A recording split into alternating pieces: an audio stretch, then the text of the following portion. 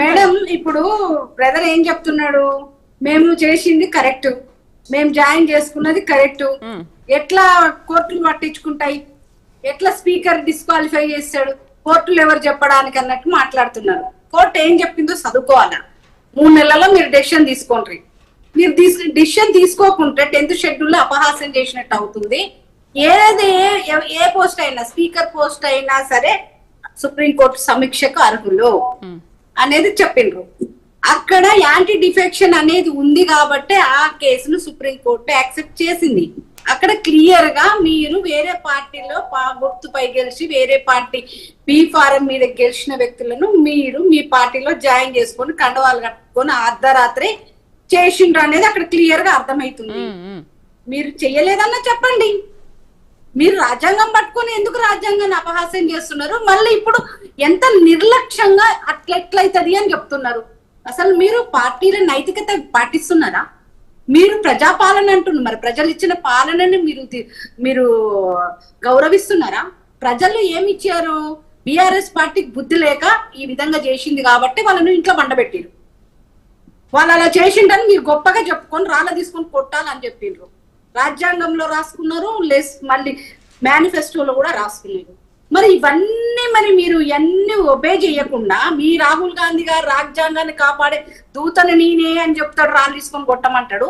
మరి మీ రేవంత్ రెడ్డి గారు తెల్లారి సరిపోయి కండువాలు కప్తాడు. మీరు వచ్చేమో అదంతా జరగలేదు, సుప్రీంకోర్టు మస్తు చెప్తుంది, మేము స్పీకర్ మేము అసలు యాంటీ డిఫెక్షన్ చేయనేచేమో, అవకాశం వస్తే ఇంకా 10 మందిని చీల్చుకొని కలుపుకుంటాం అన్నట్టు మీరు మాట్లాడుతున్నారు. ఎంతవరకు కరెక్ట్? మీరు మాట్లాడేది మీకైనా కరెక్ట్ అనిపిస్తుందా? ప్రజలు వింటున్నారు ఏం మాట్లాడుతున్నారు అనే దానికి. మీరు ప్రజల పాలనకు మీరు బ్రహ్మాండంగా చేస్తున్నాము, మేము ప్రజల క్షేమంకి వస్తాము అంటున్నారు కదా. మరి ఇప్పుడు ఆ 10 మందితో రాజీనామా పెట్టించి ప్రజలకి వెళ్ళండి, ఎలక్షన్ పెట్టండి. మీరు గొప్ప పరిపాలన అందిస్తున్నారు. మీరు వచ్చేసి మీ ప్రభుత్వాన్ని మేము పడేయడం ఎందుకండి? మీ ముఖ్యమంత్రి గారే చెప్తున్నారు కదా, మా నాయకులంతా నా కాలువట్టు గుంజి నన్ను పరిపాలన చేయనియట్లేదు, నన్ను ఎప్పుడు పడేస్తారో నాకే తెలియదు అని చెప్పి మీ ముఖ్యమంత్రి చెప్తున్నాడు కదా. మీరు మీ పరిపాలన కరెక్ట్ గా చెయ్యండి. మీరు డెడ్ లైన్లు పెట్టుకున్నారు.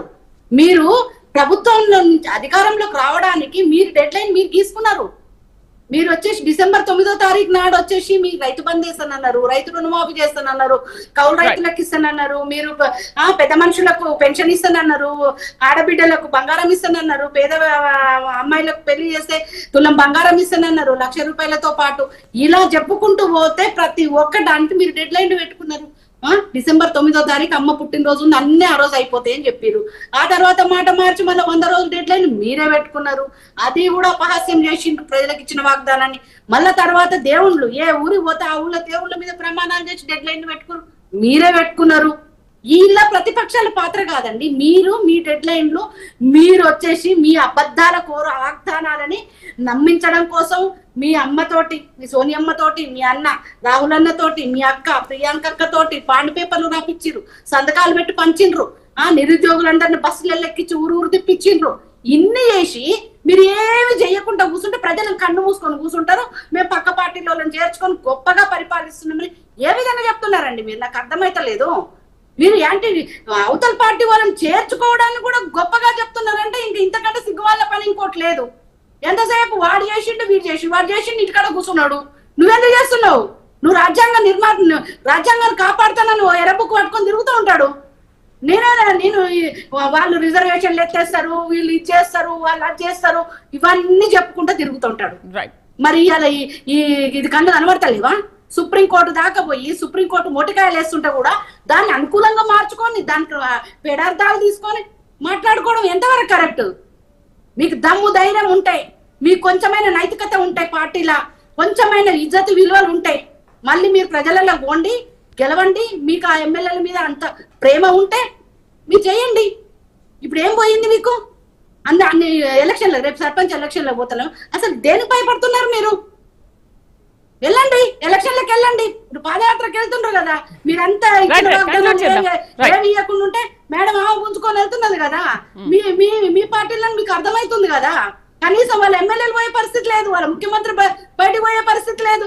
వాళ్ళ నాయకులు తిరిగే పరిస్థితి చూద్దాం, లేదు, 3 వాళ్ళ నెలల్లో మంత్రులు తిరిగే పరిస్థితి లేదు. 3 నెలల్లో ఇవాళ ఏమవుతుందో వచ్చేసి చూద్దాం. ఇన్ఛార్జ్ సునీత గారు, మంత్రులు టైం ఉంది ఇంకా. పరిస్థితి ఉన్నది వాళ్ళకి. ఇంకా టైం ఇప్పుడు ఉంది, ఏ విధంగా చూద్దాం. చెప్తున్నారు? ఇవి అన్ని ప్రజలు అడగరా మిమ్మల్ని? రైట్ చూద్దాం. అంటే వాళ్ళు అడగరా?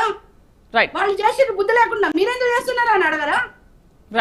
రైట్ అండి. డిబేట్లో పార్టిసిపేట్ చేసినందుకు డాక్టర్ అందే సత్యం గారికి, సుమిత్రానంద్ గారికి, సునీతారెడ్డి గారికి, అలాగే మహమ్మద్ గారికి థ్యాంక్ యూ అండి. Thank you very much. తెలంగాణలో పార్టీ మారిన ఎమ్మెల్యేలపైన 3 నెలల్లో స్పీకర్ నిర్ణయం తీసుకోవాలని సుప్రీంకోర్టు ఆదేశించిన నేపథ్యంలో ఇరు పార్టీలు కూడా మీకంటే మీకు చెంపపెట్టు అని గొడవ పడుతున్నాయి.